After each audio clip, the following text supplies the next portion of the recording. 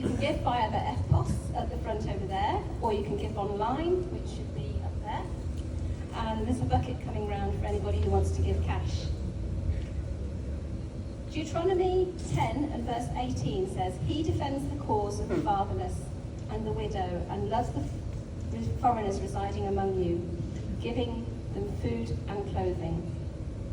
Deuteronomy 14 and verse 27 says, "And do not neglect the Levites living in your towns, for they have no allotment or inheritance of their own."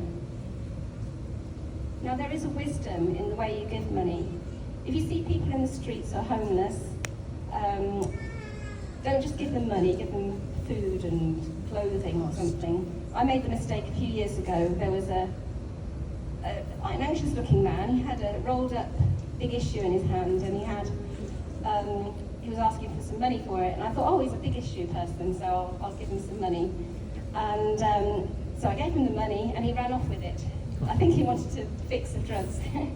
So I thought, oh dear, there must be a good way of giving money without giving it wrongly.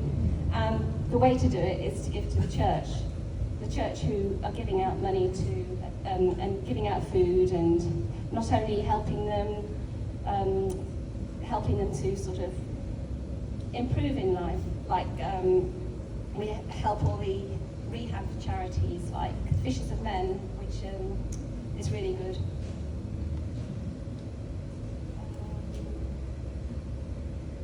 In Luke chapter 16, 19 to 31, it talks about the rich man and the poor man. The rich man used to go past the poor man, who was called Lazarus, and he had sores on him and everything, and he didn't give him anything. One day, when they died, the rich man was in hell, and the poor man was in heaven.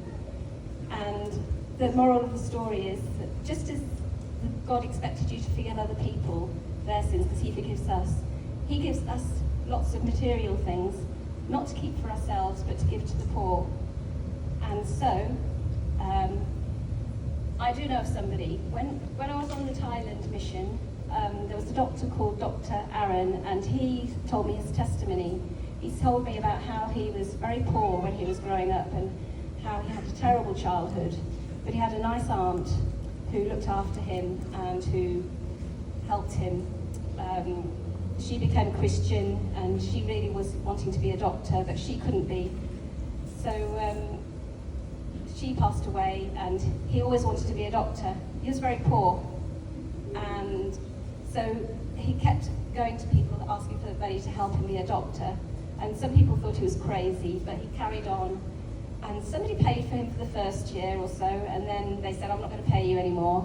So he thought, oh, how am I going to carry on? So he prayed and fasted, and eventually he did become a doctor.